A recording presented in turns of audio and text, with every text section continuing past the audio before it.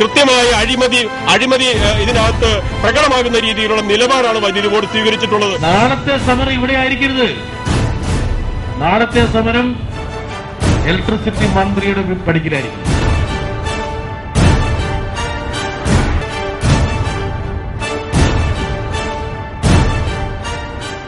2014 ഇന്ത്യയിൽ സമ്പൂർണ്ണ ഡിജിറ്റലൈസേഷൻ നടപ്പിലാക്കുകയാണ്. ഇന്ത്യയിൽ ആകെ 30,000 കോടി രൂപയുടെ പുതിയ വ്യവസായ സാധ്യതകൾ, ബിസിനസ് സംരംഭങ്ങൾ ഉയർന്നു വരാനുള്ള അതിവിപുലമായ ഒരു സാങ്കേതിക പരിഷ്കരണമാണ് ഇന്ത്യ ഇതുവരെ കണ്ടിട്ടില്ലാത്ത രീതിയിലുള്ള വളരെ പുതിയൊരു സാങ്കേതിക പരിഷ്കരണമാണ് നടപ്പിലാക്കാൻ പോകുന്നത്. ഈ രംഗത്ത് കുത്തക കമ്പനികൾക്ക് യഥേഷ്ടം കടന്നു വരാവുന്ന രീതിയിൽ 100% വിദേശ നിക്ഷേപം അനുവദിച്ചു കഴിഞ്ഞിട്ടുണ്ട്. അതുപയോഗിച്ചുകൊണ്ട് പ്രേക്ഷകരെ പൂർണ്ണമായി വിലക്കെടുക്കാനുള്ള, ചെറുകിട സംരംഭങ്ങളെ വിലക്കെടുക്കുകയോ ഈ രംഗത്ത് നാട്ടിപ്പായിപ്പിക്കുകയോ ചെയ്യാനുള്ള നിക്ഷേപമാണ് പല കമ്പനികളും നടത്തിക്കൊണ്ടിരിക്കുന്നത്.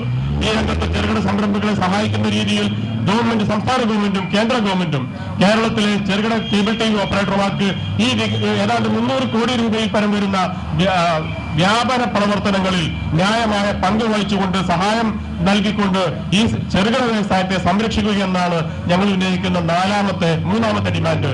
നാലാമത്തേത് 100% കേബിൾ ടി വി മേഖലയിൽ 100% വിദേശ മൂലധന നിക്ഷേപം അനുവദിക്കാനുള്ള കേന്ദ്ര ഗവൺമെന്റിന്റെ തീരുമാനം പിൻവലിക്കണമെന്നാണ്. ഇത്തരം ആവശ്യങ്ങൾക്ക് വേണ്ടിയാണ് കഴിഞ്ഞ മാസം കേരളത്തിലെ ആയിരക്കണക്കിന് കേബിൾ ടി വി ഓപ്പറേറ്റർമാർ നിയമസഭയിലേക്ക്, നമ്മുടെ സെക്രട്ടേറിയറ്റിലേക്ക് മാർച്ച് നടത്തിയിരുന്നു.